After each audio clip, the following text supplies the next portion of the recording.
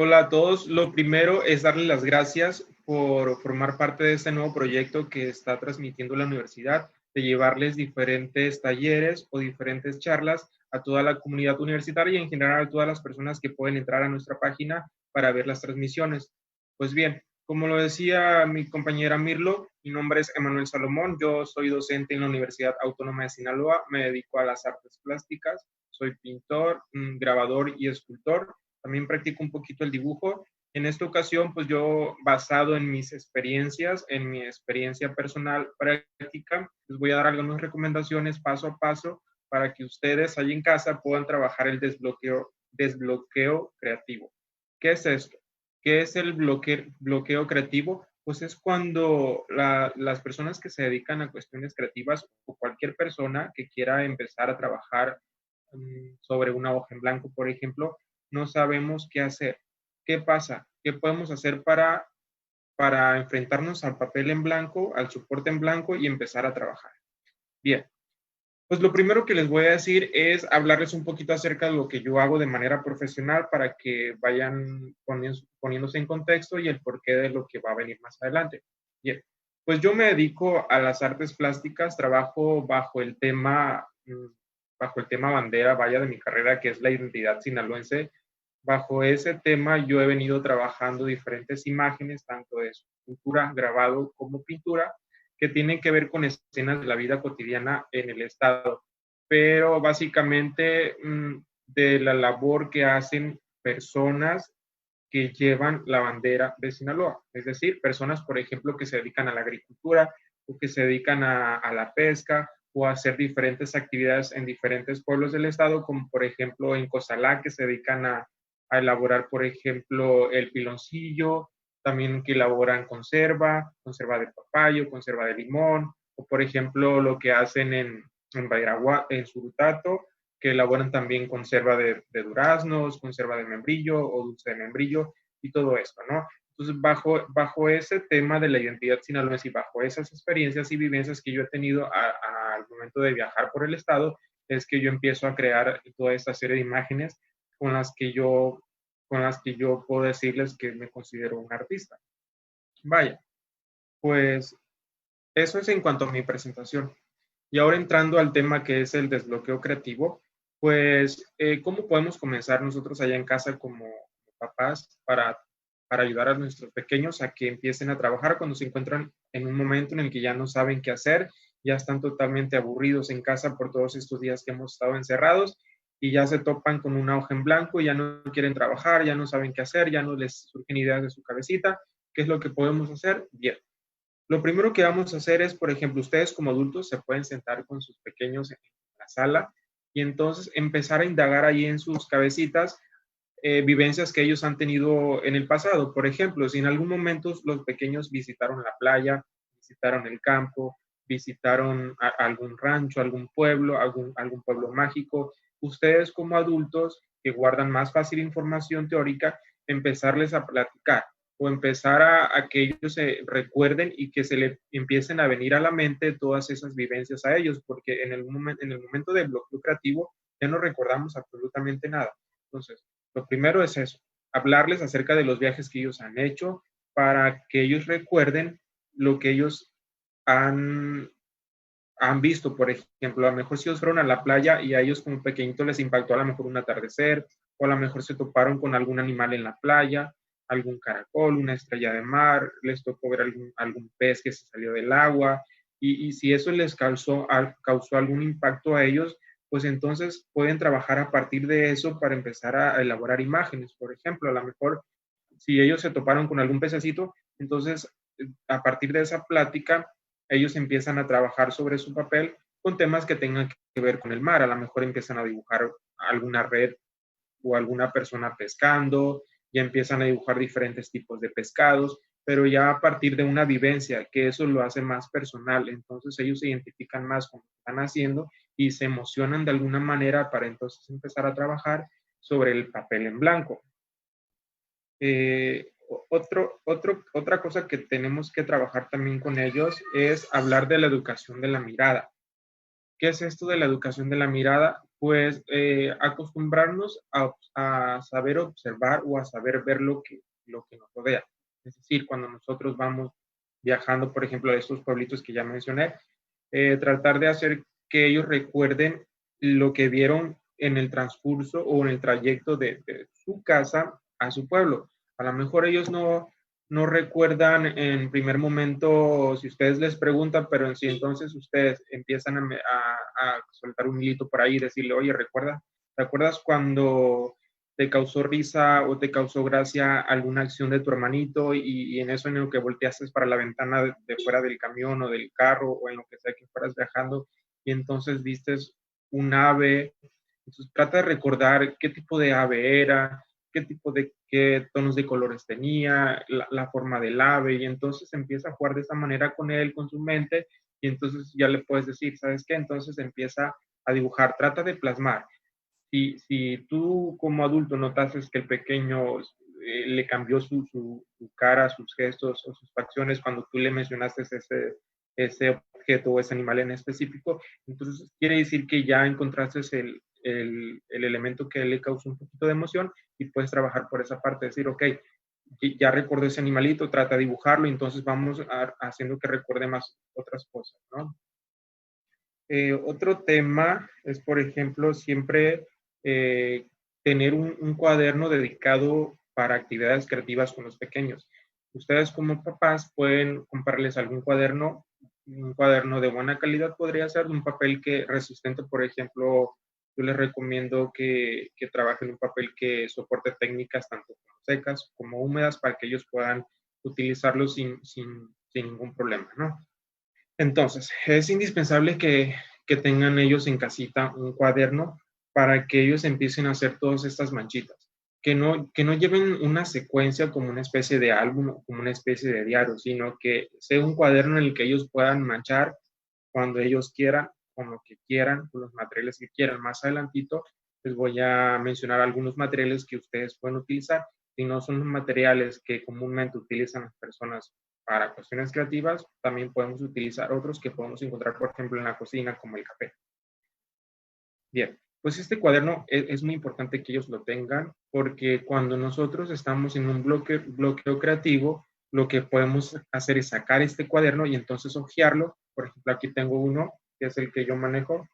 Por efecto de la cámara creo que no se ve muy bien, pero por ejemplo, yo tengo esta libreta en el que empiezo a dibujar animales, algunas personas, que en el momento que yo voy a trabajar un cuadro y estoy bloqueado y no sé qué hacer, entonces saco mi libreta, mi cuaderno, y a esto me estimula un poquito para que yo pueda empezar a trabajar con mis ideas. Entonces, tener una libreta o un cuaderno para manchar, ¿no? Así, para empezar a echar pintura, empezar a echar color, empezar a hacer combinaciones, es indispensable que lo tengamos, ¿no? Esto nos ayuda mucho también para el momento en que nos encontramos bloqueados y no sepamos qué dibujar. Muy bien. En cuanto a materiales, pues ustedes saben que podemos utilizar cualquier material para trabajar las artes plásticas. Los artistas plásticos normalmente trabajan, por ejemplo, el óleo, que es el material por excelencia de los artistas, es el que más utilizan, pero también podemos trabajar, por ejemplo, con acrílico, podemos trabajar con acuarelas, hay acuarelas profesionales, pero también hay acuarelas mmm, para estudiantes que son un poquito más baratas, podemos trabajar con plumones, con tinta china, con colores, ¿qué más podemos utilizar? Con gises pastel, por ejemplo. También hay algunos gises que son como de óleo, que son como grasositos, independiente de las crayolas que también las utilizan mucho los niños. Pero también, además de estos materiales que son los clásicos o los típicos para cuestiones creativas, también podemos implementar otro tipo de materiales que también les ayuda mucho a ellos a estimular su pequeña mentecita. Por ejemplo, el café. Además de poder pintar con el café, el simple olor del café también ayuda mucho para cambiar la atmósfera al niño y entonces que el pequeño empiece a empezar a hurgar en su mente buscando imágenes de vivencias, como lo mencionábamos al principio, para que él entonces empiece a plasmar. A lo mejor él relaciona el color del café con algún acontecimiento vivencial que él tuvo, por ejemplo, a lo mejor relaciona el color del café lo relaciona con el atardecer en la playa, o lo relaciona con el color de la tierra, a lo mejor en algún pueblo, en algún rancho que él visitó, o simplemente alguna vivencia en su misma casa, ¿no? Eso le puede ayudar a recordar.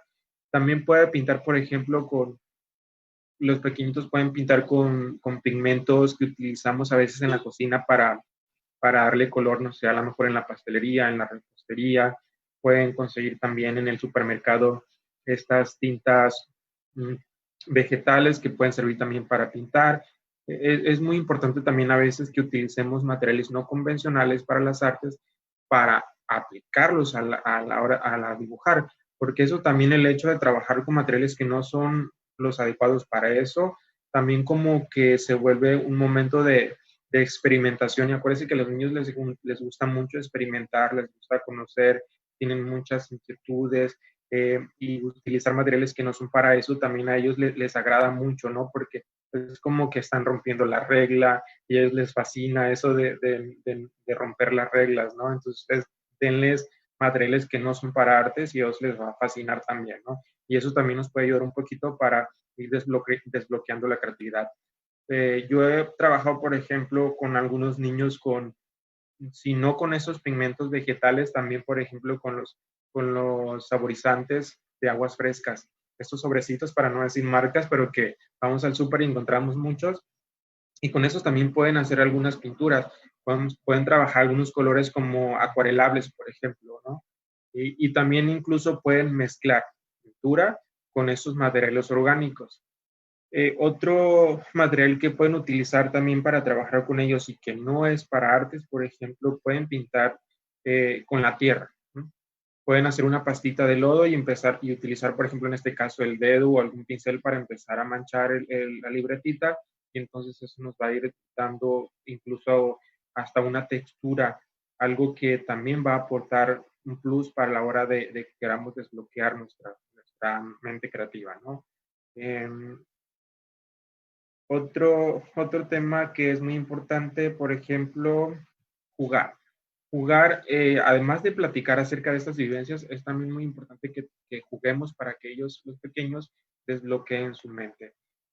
Pueden jugar, por ejemplo, a recordar cosas que nos han pasado, por ejemplo, cosas chuscas, para que ellos entonces les dé risa, y a lo mejor recuerdan cuando en un cumpleaños el hermanito o el papá se manchó la cara de pastel, y entonces eso ya les va a causar una emoción en su cuerpo, y entonces eso va a ayudar un poquito también para que esa emoción la pueden usar para empezar a plasmar algo en el papel.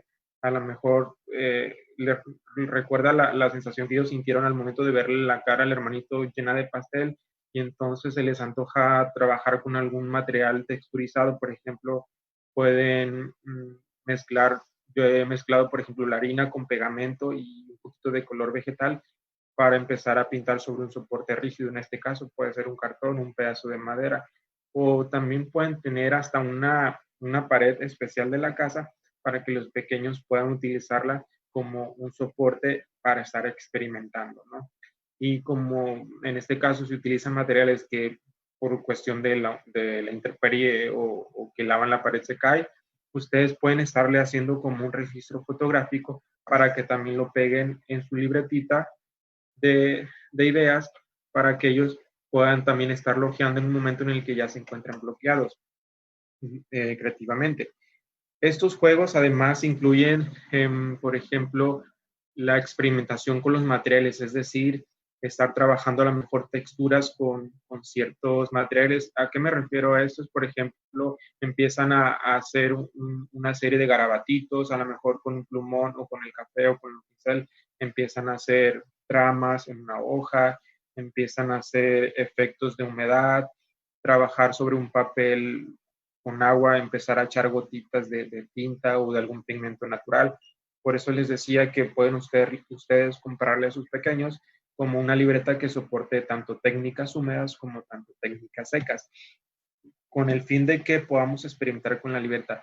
Hay unos papeles que incluso son tan resistentes al agua que los puedes meter a una cubeta, por ejemplo, en el caso de libretas de hojas de papel guarro. El papel guarro normalmente lo venden en pliegos, pero si ustedes le pueden hacer a ellos una pequeña libreta. Es decir, ustedes pueden comprar los pliegos de papel guarro, que es un papel de algodón, hay de diferentes gramajes, es decir, que van a ser de diferente grosor, y entre más grueso, pues más humedad va a soportar.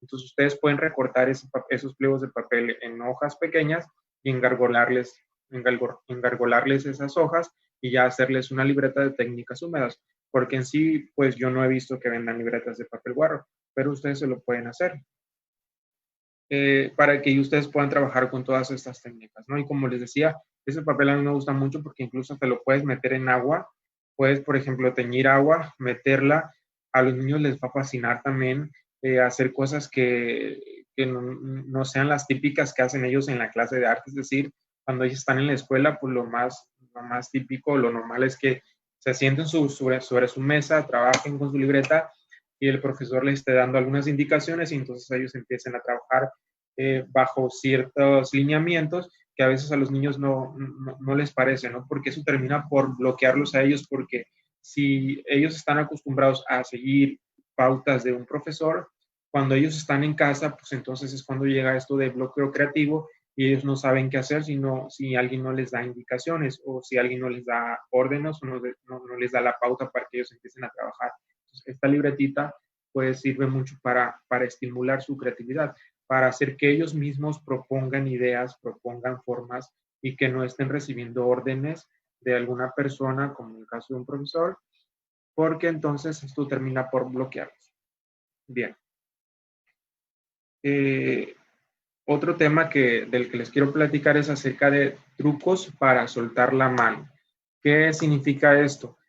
Soltar la mano, pues dejar que nuestra mano trabaje de forma muy libre, es decir, que podamos hacer trazos muy ligeros, muy suaves, muy sueltos, que fácilmente le demos forma a través de la línea a algún elemento que tengamos por ahí en nuestra mente. Es decir, que nuestra mano no esté tiesa así, que no nos dé miedo, que no tengamos básicamente eso, el temor de rayar el papel. Por eso es necesario que tengamos esta libreta para que nosotros podamos mancharla y rayarla a nuestro parecer y que nadie nos esté diciendo si está mal lo que estamos haciendo, ¿no? Entonces, para soltar la mano, para empezar a soltar la mano y estar generando imágenes, yo les aconsejo que, por ejemplo, trabajen con las manchas. Ustedes preparen una pintura que sea líquida, pueden rebajar, por ejemplo, el óleo con aceite o pueden rebajar la pintura acrílica con un poco de agua o la acuarela o el pigmento o el café, diluirlo con agua y entonces estar aventando mmm, gotas o chorritos de esta tinta o pigmento, lo que tengan en casa, sobre el papel y que la misma mancha a ellos les vaya sugiriendo un elemento a desarrollar y que ustedes como papás pues les ayuden, ¿no? A identificar, como cuando éramos pequeños y estábamos acostados afuera viendo las nubes, ¿no? Y que de pronto la forma, la nube toda revuelta, de pronto nos sugería, por ejemplo, algún perro o algún elefante. Es lo mismo que van a hacer los niños, pero en este caso con las manchas. Ustedes como adultos pueden ayudarles aventando la pintura sobre la hoja y que los niños como un juego, como una actividad, le encuentren una forma que ustedes no les sugieran que ellos vean una imagen determinada, sino que traten de que ellos solitos encuentren una forma definida en la mancha. Por ejemplo, si con la mancha sobre el papel ven algún perrito, si ustedes como adultos lo ven, tratar de que el niño lo vea, pero sin que se note que ustedes le están sugiriendo que hay un perrito ahí, ¿no? Irles dando una idea, por ejemplo, diciéndoles, a ver, ¿qué ves? ¿Se parece a algún animal? ¿Se parece a algún objeto? ¿Se parece a alguna persona? Y entonces que el niño vaya buscando en su mente, en su bagaje visual, eh, algo en lo que ellos pueden relacionar esa mancha, a lo mejor la pueden relacionar con una mascota, y si ya ellos logran identificar alguna mascota en específico, pues entonces que ya empiecen poniéndole un ojito, a lo mejor poniéndole unas orejitas, las patitas, o agregándole otro color, pero que sin necesidad de que ellos dibujen tal cual el elemento, que no sea que no sea un dibujo muy realista, que a lo mejor no esté proporcionado, que a lo mejor el dibujito resulte como un perrito con un cuerpo pequeño y una cabeza muy grande, o a lo mejor con un cuerpo muy grande y una cabeza pequeña. Y no decirles que eso está mal, sino aplaudirles, que ellos se den cuenta que dentro de su mente hay imágenes que ellos pueden sacar y que ellos pueden pintar como a ellos se les dé la gana. Ya conforme ellos vayan creciendo, entonces van a ir desarrollando una destreza o una habilidad para ir pintando de manera más realista.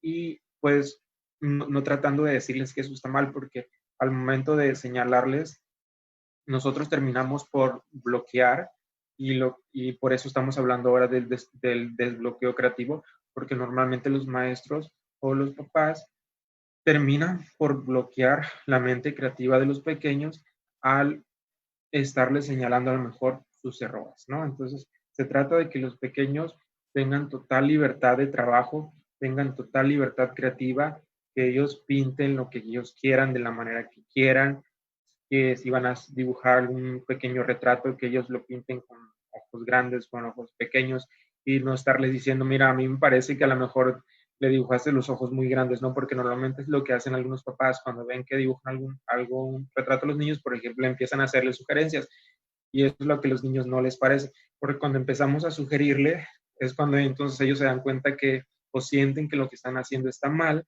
y terminamos por bloquearle su mente y terminamos por hacer niños que van a necesitar de pautas para poder trabajar, que van a necesitar, por ejemplo, órdenes para que ellos puedan trabajar, y cuando ellos estén solitos, pues no van a poder hacer nada, ¿no? Y siempre van a tener o van a necesitar de que alguien les esté diciendo qué hacer.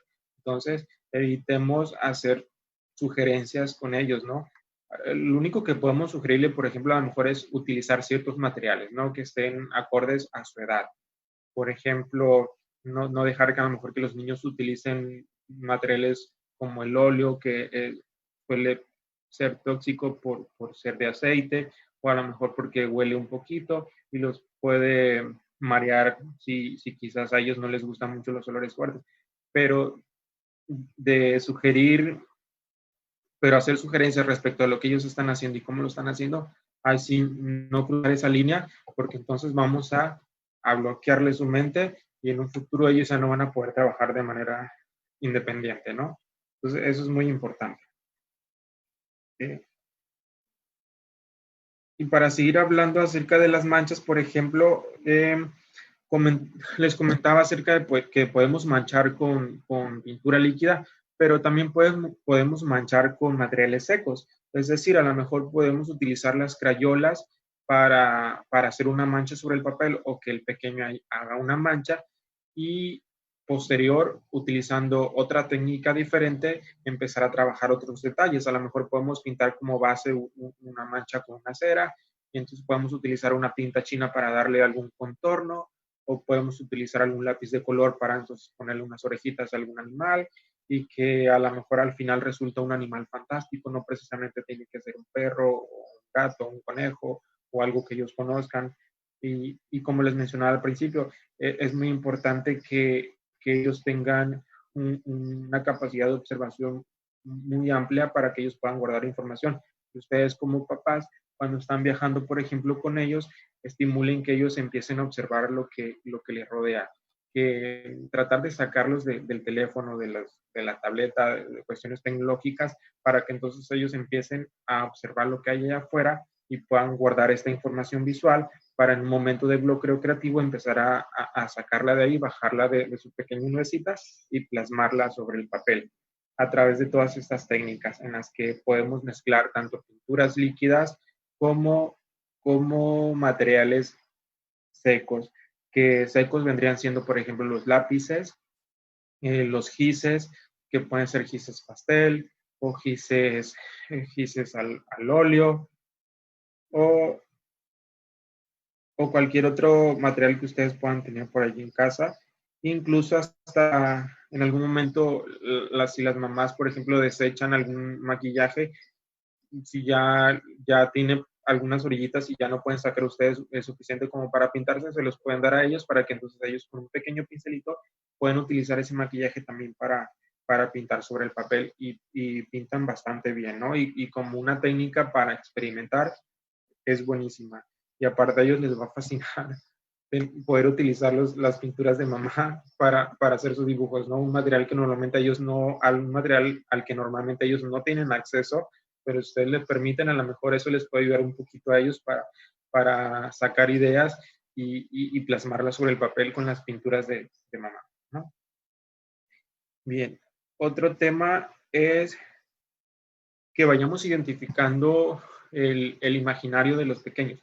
Cada niño es diferente, ¿no? Si ustedes tienen, por ejemplo, 2 niños en casa, cada uno le va a gustar pintar cosas muy diferentes. Como les digo, ustedes no traten de ser como insistentes en que ellos dibujen las cosas que a ustedes les parezcan, sino dejar que ellos trabajen sobre su propia línea y lo más seguro es que los niños vayan por caminos muy, muy distintos, ¿no? Entonces, si nosotros como adultos observamos que a ellos les gustan ciertas cosas, por ejemplo, cierto tipo de caricaturas con cierto estilo, a lo mejor con un estilo muy fantástico, es decir, a lo mejor mezcla de cuerpos humanos con de animales, entonces trabajar por ahí con ellos también, tratar de estimularlos. ¿De qué manera? Pues a lo mejor comprándoles